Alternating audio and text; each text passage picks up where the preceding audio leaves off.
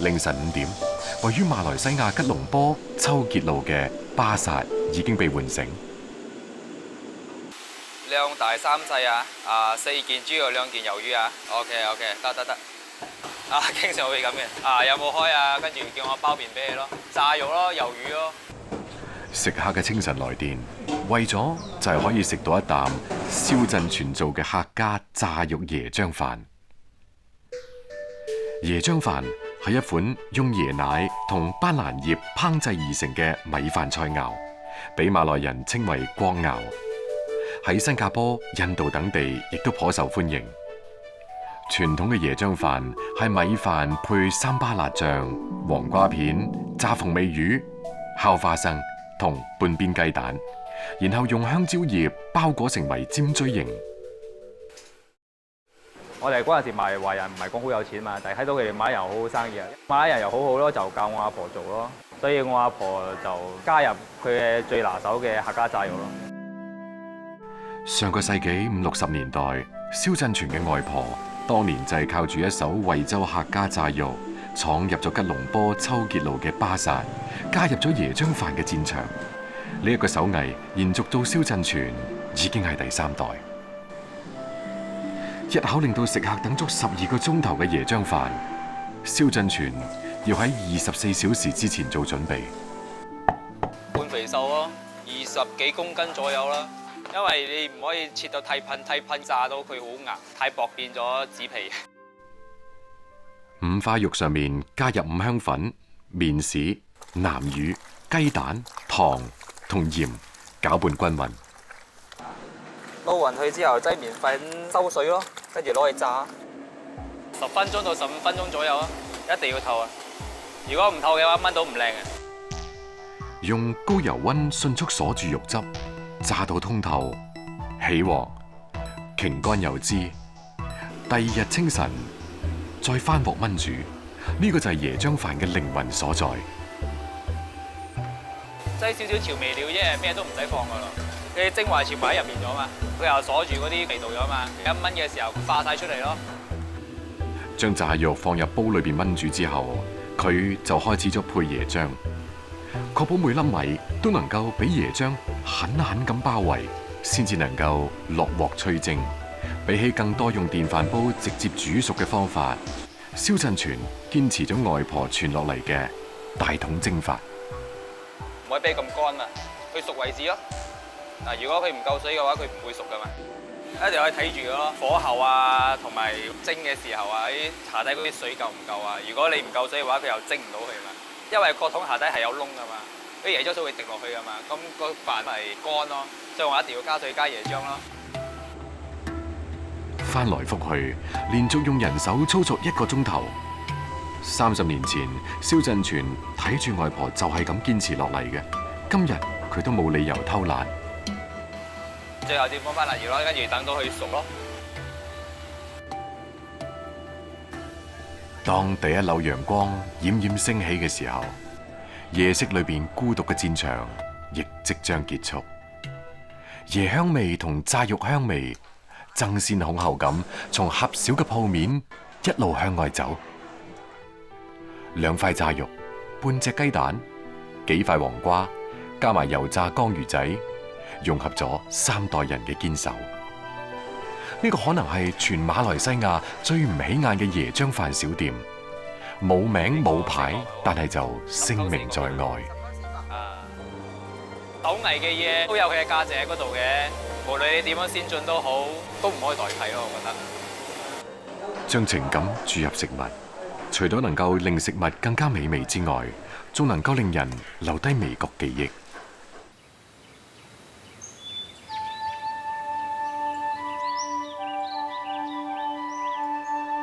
每年3月，張國瑜都要去到河源嘅老朋友吳克清嗰度行一趟。當地大片種植嘅大蒜就係佢嘅目標。它那個經緯線跟開平那邊那個金山蒜的緯度一樣的，質量基本上也一樣。蒜油濃度高好多，比北方那個蒜的辣好多。張國瑜自稱蒜子佬，喺家鄉開平一路都係用傳統方式加工當地歷史悠久嘅特產金山火蒜。但係隨住經濟發展，開平種蒜面積已經大大縮細。佢已經連續多年轉到去河源採購原料。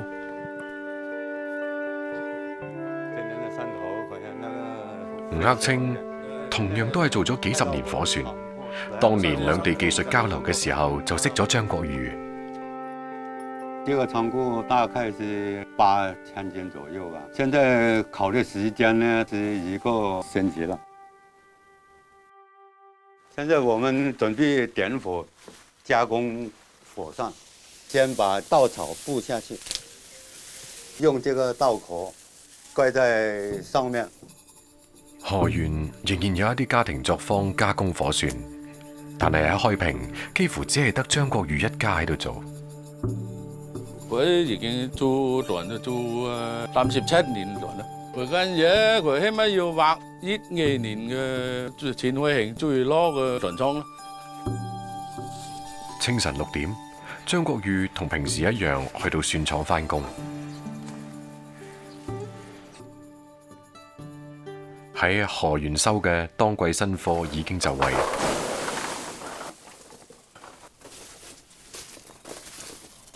燒田好靚尖嘅禾鋤落去，谷輪係要引為之。因谷行呢度喺壓戰呢禾鋤呢度有個助燃作用，俾佢嚟黐火明火，佢係一下就呢輪都熟嘅，好快嘅喎。呢啲咁都已經咁犀利嘅啦。啊，咁一路點咯？只係需要幾秒鐘，煙霧就彌漫開到成個房間。就咁樣，每日蚊分2輪，經過25日先至可以製作完一批火船。焗過佢呢，佢係渦船嘅時間係長好嘅，佢起碼長要捱1年時間㗎。而呢佢以前係呢華僑捱出角，佢要捉緊換樹啊，各方面佢要唔下爛唔下成嘅。咁散火船係嗰類要嘅。開平係著名橋鄉，喺漂洋過海嘅路上，火船按摩住僑胞嘅腸胃，撫慰住佢哋嘅鄉愁。火船製作功夫多，離唔開人，每日成身都係味，後生仔唔願意入行。上世紀90年代，風光一時出口創匯嘅火船，而家幾乎已經冇晒外貿訂單。呢個係張國瑜親自設計嘅廠房，曾經最高年產量達到3000噸，而家已經好少開工啦。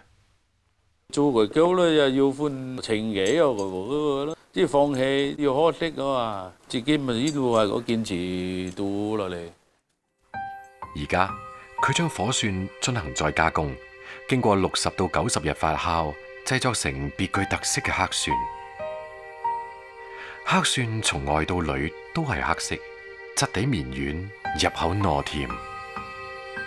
火船剝開黑色外衣之後，就依然係白白肥肥，只係水分變少咗，蒜油被逼出，口感更辛辣爽脆。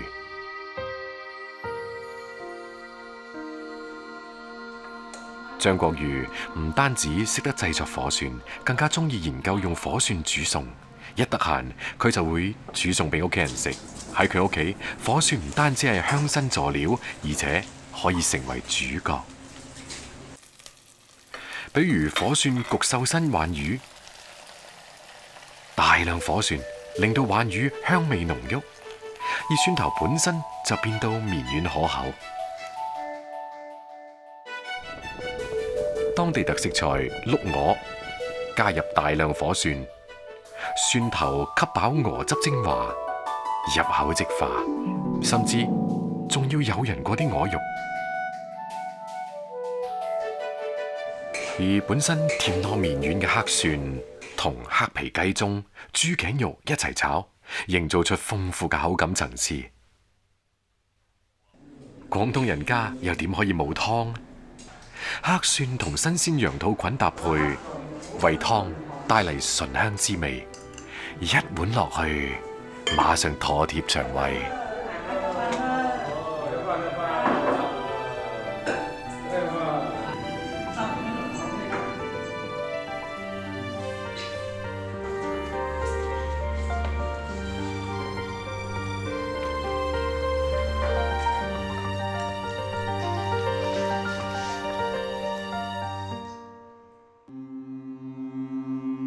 7、8月份嘅珠海愛伶仃島，被一趟趟客輪送嚟嘅遊客打破寧靜。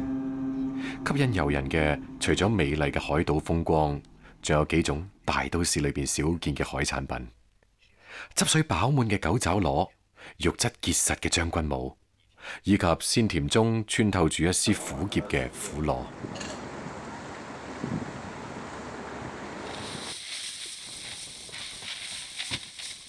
福建人葉志成自細就喺海邊長大，受到爸爸嘅影響。2006年大學畢業之後，嚟到桂山島從事苦螺嘅養殖。我們自己選苗的時候一定要留意，黑黑的呢就一定要留意了，因為這種頭苗頭回去長出來的苗也是黑的，對我們這個品質會有影響了。像這種品種的呢就比較好了，長稜角的，顏色又可以，消費者就比較喜歡這種品種。對，我們下去了。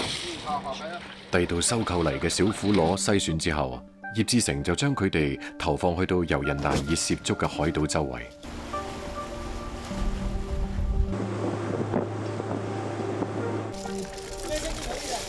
2年之後嘅苦螺體重可以達到螺苗嘅5倍。07、08年的時候最多，最起碼1年可以上到500萬斤，現在已經基本上30萬斤、50萬斤都不到了。再不保護一下這個資源的話，我們以後自己都不知道靠什麼為生了。6年前，葉志成做咗一個大膽嘅決定，同當地政府簽訂合同，對萬山群島區域內嘅苦螺、將軍帽、九爪螺分階段有序咁保護性開採。將軍帽學名粒螺，因為螺殼形似中國清朝士兵嘅帽而得名。九爪螺係鵝頸藤壺嘅一種，佢嘅頂部尖尖凸起，分成幾瓣，生得好似狗爪，因為佢特異嘅外形經常被稱為外星生物。每年嘅6月到9月，正當採集季節，但係葉志成總係憂心忡忡。你看這邊呢，這麼大的雲又過來了，你看那邊。估計是很快又要下大暴雨了。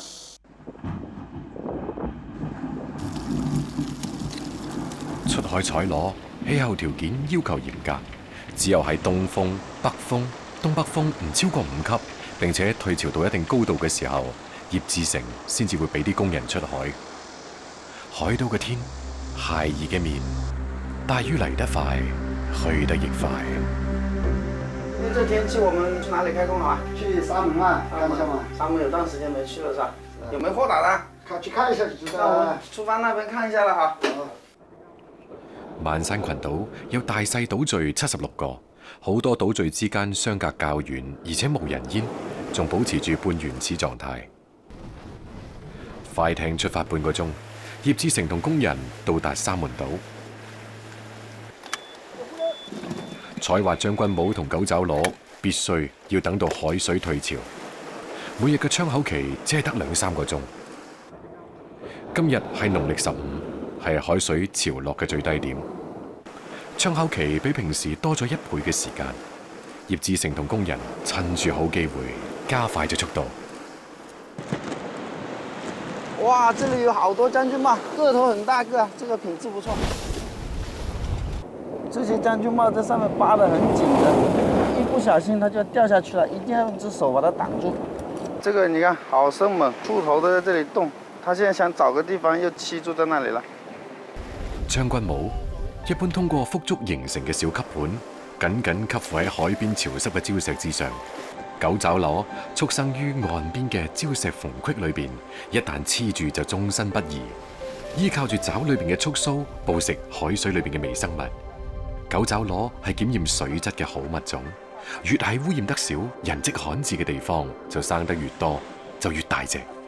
亦只有大隻嘅九爪螺，先至符合葉志成嘅採集標準。你看這裡九爪螺這麼多，我這九爪螺太小了，還不能開採。像這個九爪就品質還可以，比這個小的我們就肯定不能再打了。我們如果再打的話呢，這資源就很難保護得到了。哇，這個不錯，一般像這麼長的，裡面肉就比較多，汁也比較多。胡連兵從事採集九爪螺同將軍帽10幾年，基本上每日都要收穫將近30斤嘅狗爪螺同將軍帽，係葉志成團隊裏邊最有經驗嘅工人。哇，有個好大將軍帽哦！這個最少要1年左右，一般我這麼大塊不標準的，吃浪的地方長得比較大。我這個東西最怕就是浪，其他什麼都不怕。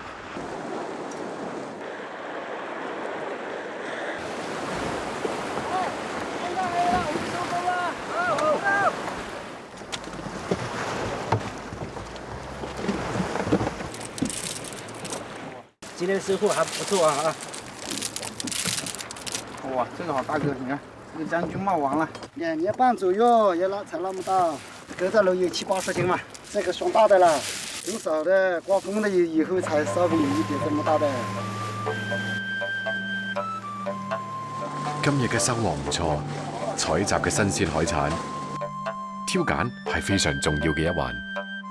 像這種爛的就一定要把它挑出來的，這麼大個你看打爛掉就可惜了。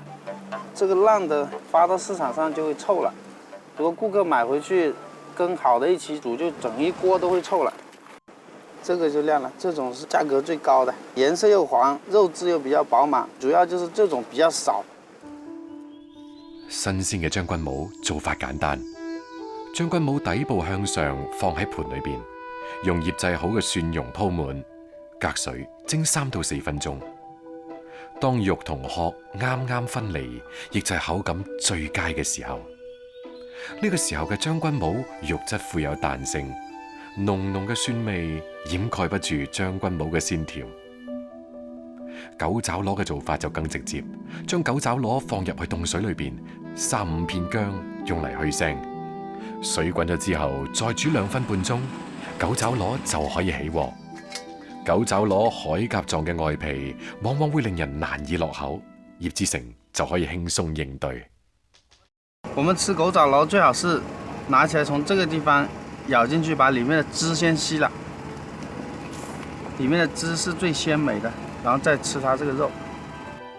一日嘅辛苦，令到葉志成消除疲勞嘅方式，莫過於一家人其樂融融咁享受勞動嘅果實。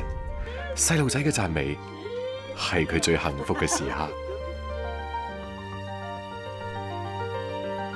海洋秘境中嘅狗爪螺同將軍帽，滿足人們嘅係海鮮嘅鮮。另一種可以與之媲美嘅自鮮之物，係收埋喺廣西嘅山野秘境裏邊。每過4日，落葉縣周邊嘅村民都會過嚟縣城趕集，當地人都中意食一種金黃色嘅蘑菇。同樂鎮鹿圍村村幹部楊利波亦都趁住虛日嚟到市場，了解呢一種菌嘅市場需求情況。一般是6月賣到外地人賣到。哪裡都賣，我們6月比外地還起得多高。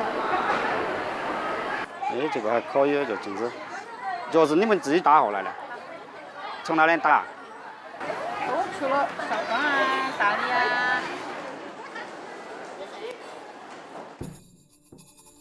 廣西落葉地處雲貴高原，有將近30幾個大大細細嘅天坑，分佈喺20幾平方公里範圍之內，被譽為天坑之都。喺呢啲人跡罕至嘅原始森林同天坑裏邊，就生長住呢一種當地稱之為黃絲菌嘅魚黃菇。魚黃菇顏色金黃，常重生或速生，菌蓋捲起身好似喇叭，又稱為金頂側耳、金頂菇。佢營養豐富，味道鮮美，但係野生魚黃菇嘅產量就並唔多。楊利波早年喺廣東打工，2012年返到家鄉做咗村幹部，見到魚黃菇供不應求，佢有嘢諗啊！黃絲菌啊，野生的產量比較低，市場供應需求不夠。大棚質素的話，它產量會提高。想要提高黃絲菌嘅產量唔係咁易嘅。楊利波決定請村裏邊嘅楊利山帶領入山考察佢嘅生長環境，並且順便了解下當地嘅其他山況。楊利山係退伍老兵，對附近地形非常熟悉。接到楊利波嘅邀請，兩個人趁住天未落雨就準備入山。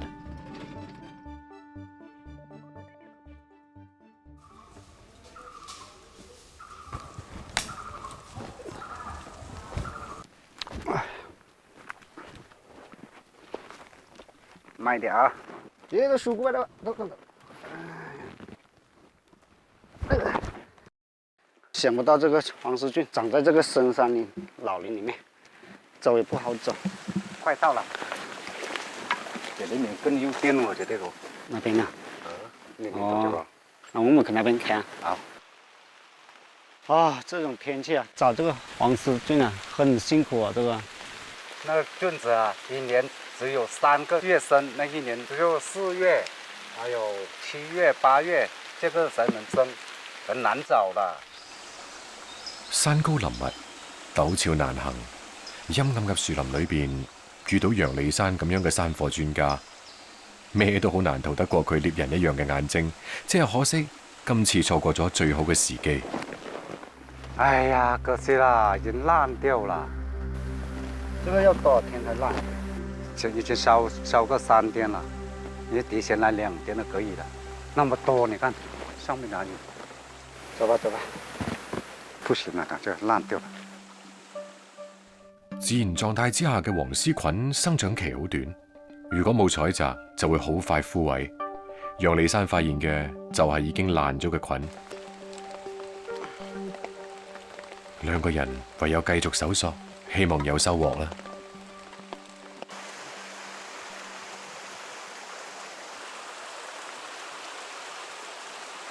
哦呦，這麼香啊！那個可能是黃絲菌的氣味已經到這裡了，我聞到了。應該有差不多了吧？還有可能有十幾米吧，10幾米路。慢慢走啊，省長。哎，今天應該有一點收穫了。哎，省長那裡有啊？哪裡啊？哪裡啊？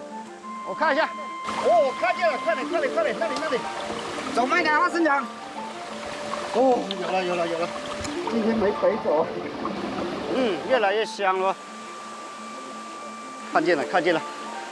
哦，省長，真的多啊，蠻多，真的蠻好看啊。哦，真香，真的。哎。兩兄弟歷盡艱辛，總算揾到期盼已久嘅黃絲菌。野生嘅黃絲菌，除咗水分要充足之外，其他生長條件近乎苛刻。這是拐角樹，還有4樣樹，都是沙寶蘭，還有蘭樹、相思樹，都要枯死了2年以後才能生長。1天至2天只有這麼大，到第3天呢，可能就這麼大。過了3天，它又枯死了，掉了。採集黃絲菌同樣好講究，慢一點，這用雙手這種拿上來，不然它碎了，很珍貴了。這個黃絲菌放下去時候用膠布遮起來，不然它會碎掉了。今天採的只有10來斤左右。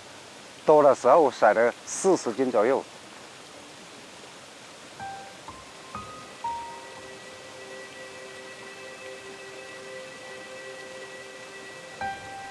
山區濕寒，雲風起辣，黃絲菌嚟煮餸，味道一流。油熱之後，蒜蓉及辣椒爆香，洗乾淨撕碎嘅菌，掉入去鑊度爆炒，只需要少少鹽調味。一道家常菜，新鮮出爐，辣掩蓋唔住鮮又解咗少少辣，送飯送酒都堪稱一絕。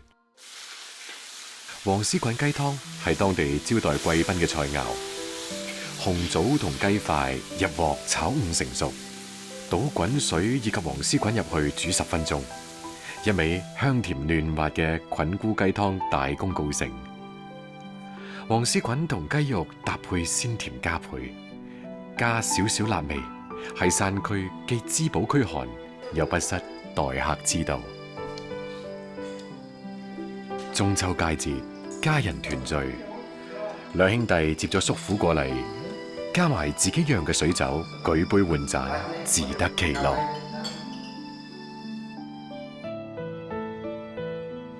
紹興羚羊峽風景秀美。西江水道繁忙有序，江邊嘅文殊村係端硯古礦坑嘅所在地。早期嘅時候，楊文宇靠開採端硯原石為生，後嚟發現西江嘅河鮮非常受歡迎，於是喺老家旁邊開咗個農莊，專門賣西江裏邊出產嘅河鮮。正逢暑期，遊客如織，楊文宇好忙啊！哦，即係黑鯇係嘛？係咪黑鯇啊？未有。好多嘅，都好多客人買呢個訂餐嘅。一般都係訂蝦多，咁我哋以河鮮為主㗎嘛。肇慶境內西江段出產嘅河鮮類水產，歷嚟被挑剔嘅老廣所稱重，而西江河鮮裏邊，河蝦佔據榜首。河蝦中意棲息喺水藻、草叢同埋石罅裏邊，係優質嘅淡水蝦類。佢肉質細嫩，營養豐富，味道鮮美。楊文宇農莊裏邊嘅河蝦就係嚟自西江嘅。嚟咯，上蝦咯，好，慢慢食喎，啊！平時楊文宇會喺每日嘅朝早同傍晚收2次蝦，但係今日嘅客人真係多。中午啱啱一過，佢就叫埋個仔一齊去河邊收蝦。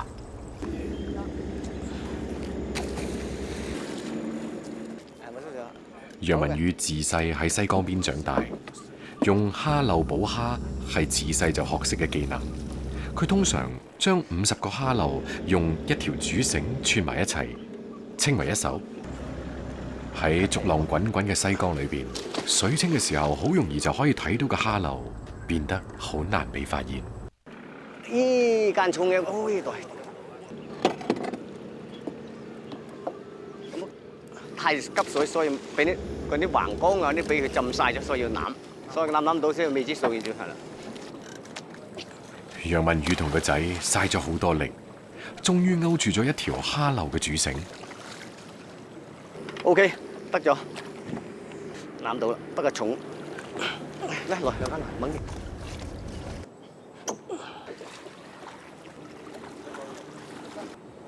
個洪水帶咧起蝦係最難搞嘅，水流急呢蝦籠好難起，加上啲蝦又唔入籠嘅。季節最好就係過到8月15啦，即係水清嘅時候，嗰啲蝦籠比較多蝦。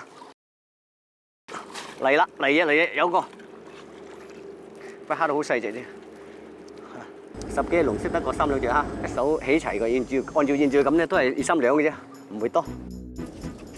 魚都有啊，我知。勤勞總會有回報。有時運氣都唔係太差，楊文宇嘅蝦漏裏邊總算有啲收穫。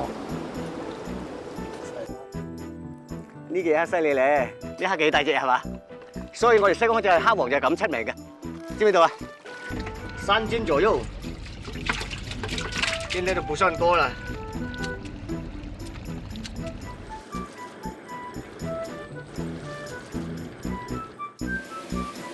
河蝦最好嘅食法就係食其原味，將蝦擺喺蒸籠，5分鐘左右出鑊。西江河蝦比普通嘅河蝦要大啲，味道混合咗鮮同甜，粗豪啲可以殼同肉一齊照，亦都可以細細剝殼，淨係食肉。河蝦常見，河鮮裏邊嘅一種大動物就越嚟越少。中秋過後嘅太陽靜靜雞咁變得柔和，轉眼間已經係涼風習習。呢個時候嘅羚羊峽青山綠水，山明水秀。楊文宇同平時一樣喺江邊收蝦，一唔留神發現咗寶貝。哇！我就犀利咯！哦，喂，咁大隻個河蚌，第一次見。現在西江河嘅河蚌越嚟越少啦，能夠整到個咁個一等於寶噶啦，係啦。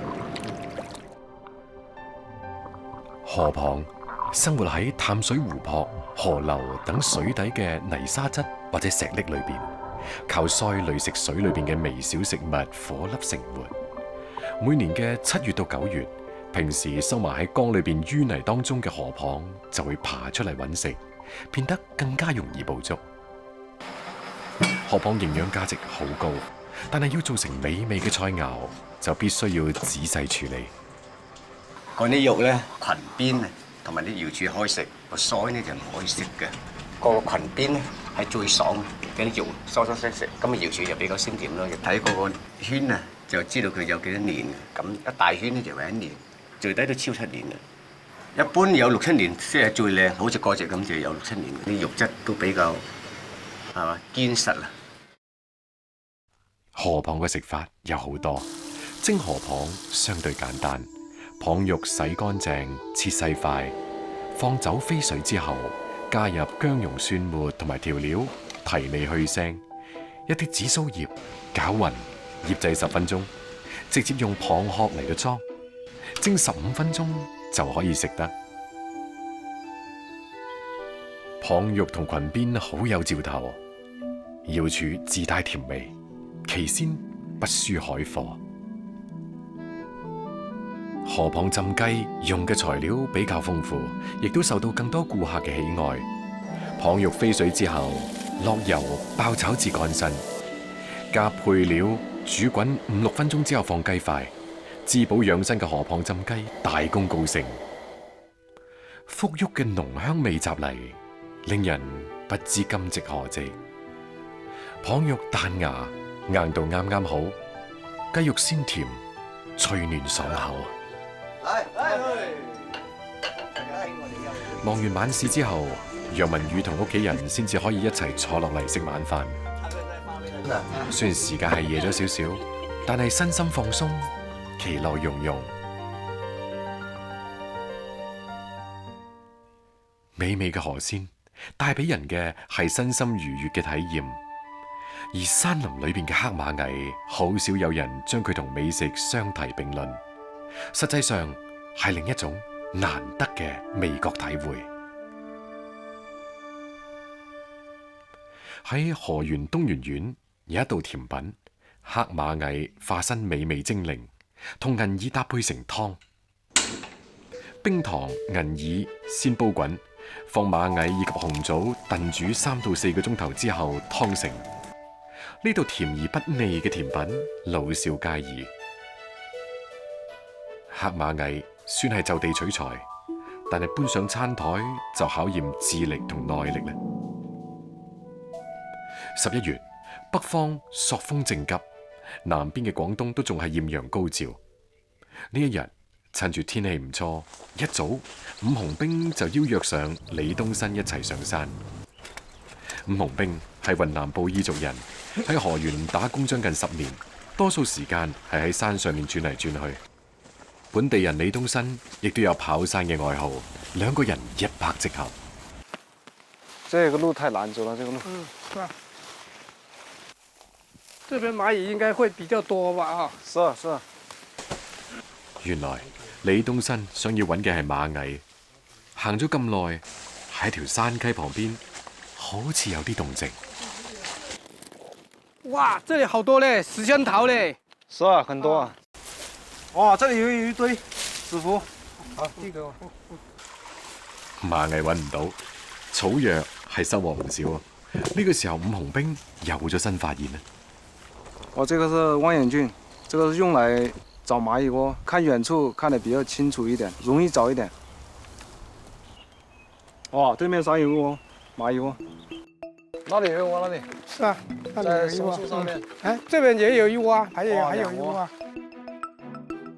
李東新同伍紅兵要揾嘅黑馬蟻，又叫耳黑多刺蟻。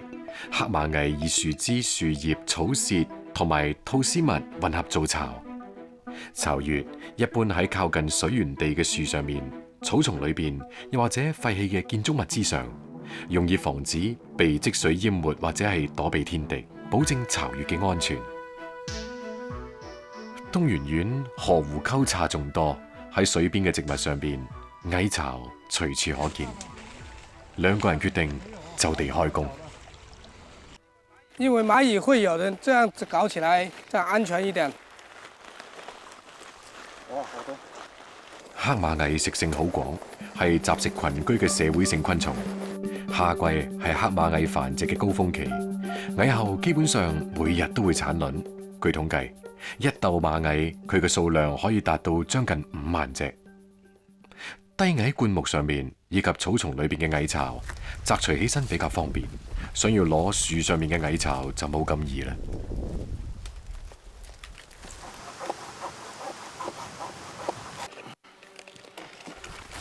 這窩不是很多，這窩還是有點的。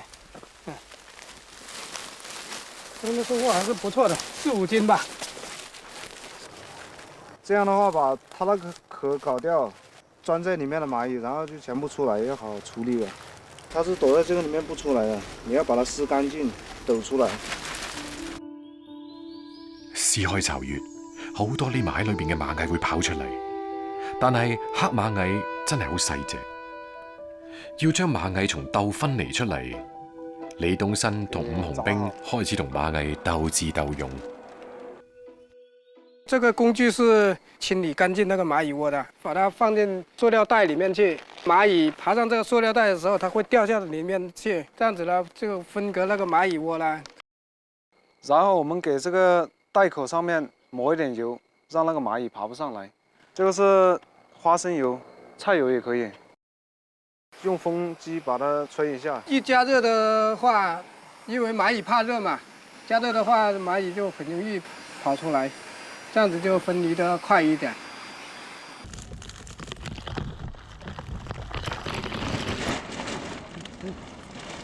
基本上是很乾淨的了，有1、2兩吧。分離出嚟嘅螞蟻唔可以直接使用，首先要蒸熟。再揀一啲細碎嘅雜質出嚟，呢個係一個需要耐心嘅工作。這個裡面最主要有樹枝、雜草，還有螞蟻窩裡面的東西。這樣子一般挑這個螞蟻要1個多小時來挑，一次就大概半斤左右吧。從螞蟻窩把它挑乾淨，最少要40左右。你去抓螞蟻？去山上抓的螞蟻。黑螞蟻一直都係藥食兩用嘅材料，可以同豬肉搭配做成螞蟻肉丸。五花肉剁成肉末，黑螞蟻用瓦片炭火焙烤，稍稍研碎，同肉末混合一齊，煉成肉丸炸熟，加水同調料稍煮。收汁就可以裝盤。豬肉香甜彈牙，螞蟻焦脆有沙感，形成兩種截然唔同嘅口感。黑螞蟻同銀魚搭配係好有新意嘅送酒餸。油鑊燒熱，炸熟銀魚，加螞蟻混合，香氣氤氳之際撈起，喺蛋液裏邊攪勻，落鑊炒到蛋熟。色香味俱全嘅黑螞蟻銀魚仔出鍋，趁熱嘅時候食，銀魚同螞蟻焦脆，雞蛋綿軟，風味獨特。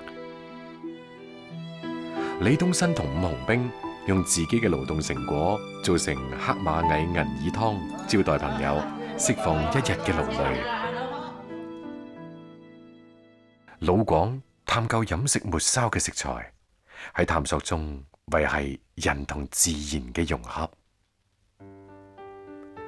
誘人鮮味嘅魷魚，又平又實惠，往往係家庭聚餐海鮮類嘅首選。魷魚去其內臟，切花刀斬細塊，蒜薑拍碎，用油爆香，落魷魚爆炒2分鐘起鑊，一味鮮香嘅爆炒魷魚即刻成為餐台主角。魷魚鮮味，但係佢從海洋到餐台嘅過程，唔係艱辛2個字就可以概括出嚟嘅。4月正係廣東上空冷熱氣流角力交鋒嘅時候，陽江海陵島雲霧霏霏，遠處山頭時隱時現，港口裏邊各種漁船停靠有序，等待出行嘅信號。但係張有許同爸爸張良發就冇時間上境，兩父子呢段時間心情沉重。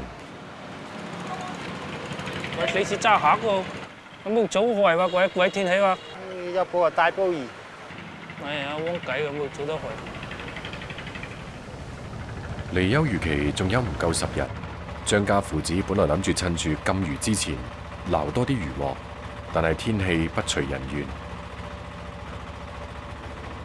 6級以上的大風、雷陣雨都不能出海。北方一個月亮乾、月亮很圓的話都不行，水流很急也不行，就沒有魷魚。張有許講嘅魷魚，又叫槍烏賊，喺中國南海每年嘅4月到9月係魷魚嘅旺季，錯過咗機會，只能夠等明年。濕潤嘅南風吹散咗羽毛，太陽從雲罅裏邊露出朦朧嘅笑面。氣候條件未達到最佳時機，但係漁民已經禁唔住，吹住鋼鐵巨獸陸續駛離港灣。張家父子都決定冒險出海。1個幾鐘頭嘅航程，漁船到達預定地點，張家4人就忙咗起身，為即將到嚟嘅戰鬥做準備。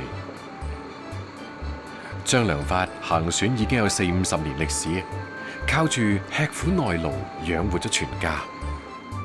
7點就着燈，9點鐘下網咯。有時有10套幾擔，有幾百斤魚油。30歲嘅張有許，好似咁樣跟住爸爸出海捕撈，已經有10年時間，船上作業經驗豐富。這個是海底燈，水底發光，照魷魚咯。海洋裏邊嘅好多魚類，包括魷魚在內，都具有趨光性，所以漁民會喺船上面裝好多大功率嘅燈泡，用燈光吸引魚群靠近，再用網嚟到捕撈。夜幕降臨，點亮燈光，捕撈作業開始啦！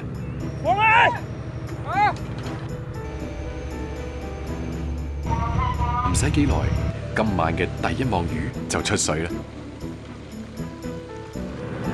這個魷魚啊，很新鮮，還會發光的，藍藍的。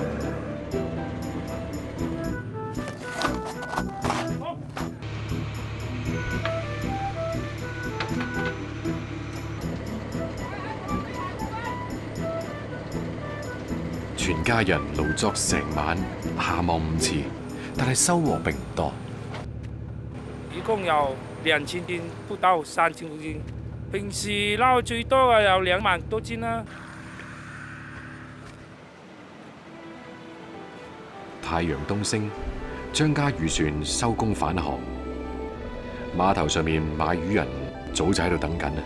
張家父子又係一番忙碌。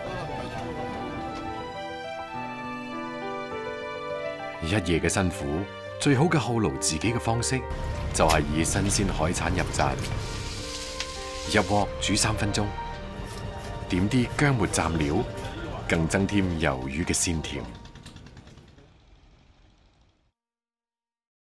同樣係魷魚，汕尾人嘅喜好就唔一樣。